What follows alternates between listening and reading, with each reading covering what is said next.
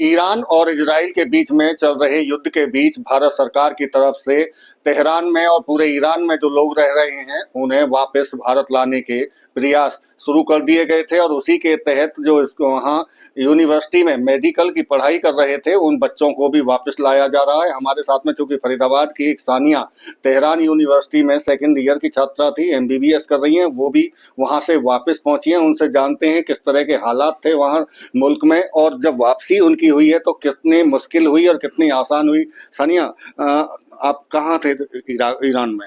मैं तेहरान में ही थी। तेहरान में क्या कर रहे थे? मैं मेडिकल की पढ़ाई कर रही थी सेकेंड ईयर। कब गए थे आप तेहरान? मैं नवंबर में गई थी 2 साल पहले।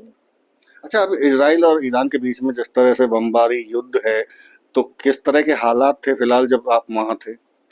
पहले 2 दिन तो हमें कुछ समझ ही नहीं आया था यहाँ पे क्या हो रहा है क्या नहीं हो रहा है। हमने कभी ये सब देखा नहीं था, इंटरसेप्ट अटैक ये सब। तो हम बहुत डर गए थे वहाँ पे, हमें लग रहा था अब तो घर जाना बहुत मुश्किल है। इवन जब फर्स्ट और सेकंड टाइम हुआ था उस टाइम तो ये था क्या पता ही मेरी आखिरी रात हो। तो मैं घर पे डर से कॉल कर रही थी कि मम्मी मैं शायद अब नहीं आ पाऊंगी, कुछ हो जाएगा, यहाँ पे अटैक हो रहा है। पहली 2 रात बहुत टफ थी हम लोग के लिए। ऐसी बात आपकी अपनी मम्मी से हो रही थी? बताया था आपने कि मुश्किल होगा, जी हो सकता है, कुछ भी हो सकता है? जी, मतलब उस टाइम तो व्हाट्सएप भी चल रहा था ना एकदम से जो हुआ था।